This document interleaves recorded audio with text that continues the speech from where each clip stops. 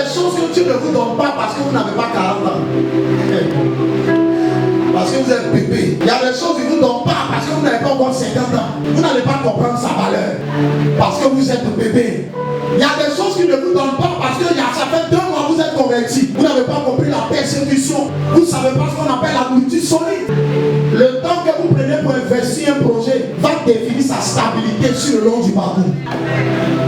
En réalité, Saül n'était même pas dans le plan de Dieu. Ça l'a surpris, quelqu'un qui sort et ça va chercher des brebis. Et puis un coup comme ça, il devient roi. Tellement ça l'a surpris, je vous apprends que Saül s'est levé un matin, il avait tué tous les pasteurs de sa région. Mais regardez la différence entre lui et puis David. Lorsque David a eu même le courage de tuer le roi, David dit je ne le tue pas.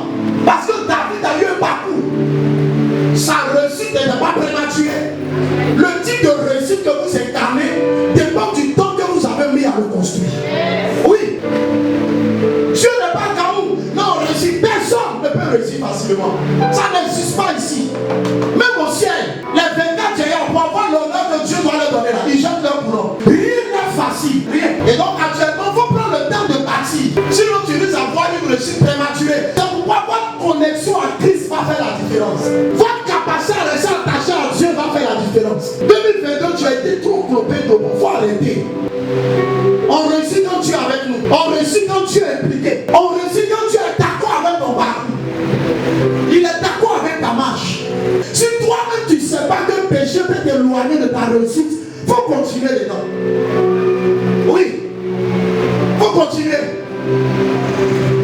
Il faut que tu arrêtes de faire un semblant de quelqu'un qui est connecté à Dieu alors qu'en réalité tu es déconnecté de lui. Il faut que tu arrêtes ça. C'est pourquoi pour réussir ton cœur est important. Dieu ne te fera pas réussir si ton cœur a un problème à ta foi. Jamais. C'est pourquoi vous voyez des gens qui ont réussi et qui ont oublié Dieu. Parce que Dieu n'est pas dans vous. Votre niveau de réussite dépend de votre investissement pour le ciel. Parce que il peut s'avérer que tu fais des programmes et ça ne marche pas. Mais il n'est pas possible quand tu rentres dans le programme de Dieu que ça ne marche pas.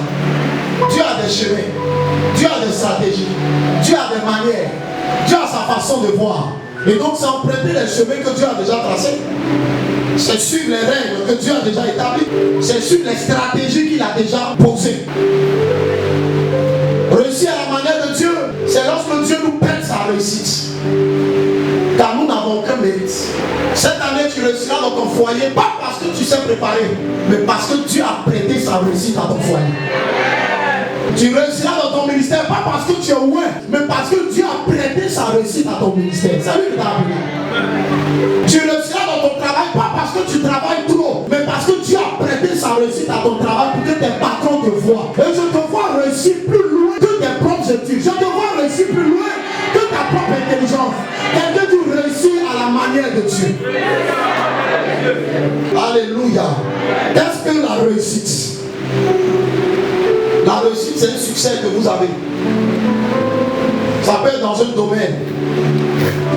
La réussite, c'est l'absence de l'échec perpétuel. C'est l'absence de l'échec perpétuel.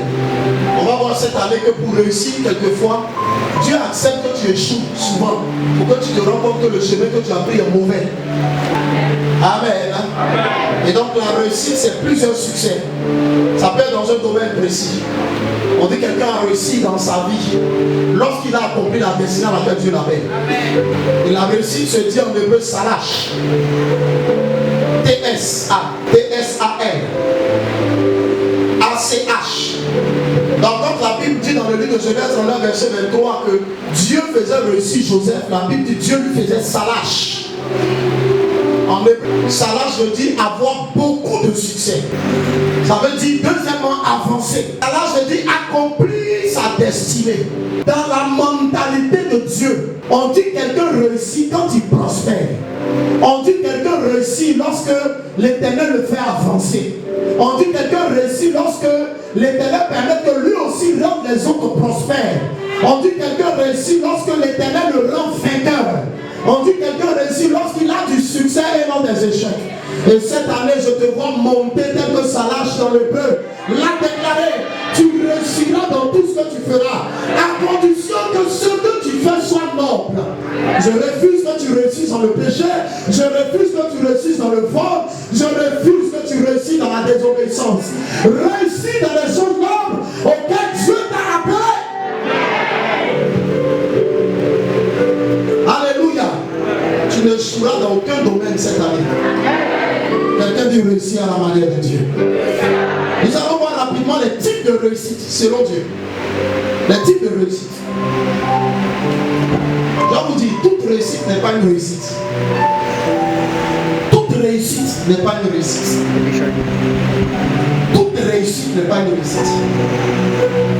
Si vous voyez quelqu'un qui dit qu'il a réussi et qui va encore demander des prêts, il n'a pas réussi. Parce que dans la mentalité de Dieu, la Bible dit celui qui réussit prêtera à beaucoup de nations. Que cela soit ton partage ce matin. Alléluia. Toute réussite n'est pas réussite. C'est la première forme de réussite qu'on appelle la réussite humaine, le premier type. C'est lorsque vous avez du succès grâce à votre intelligence, grâce à vos relations personnelles, grâce à votre parcours personnel. Il y a des gens aujourd'hui qui ont réussi parce qu'ils ont beaucoup étudié. Ça, c'est la réussite humaine.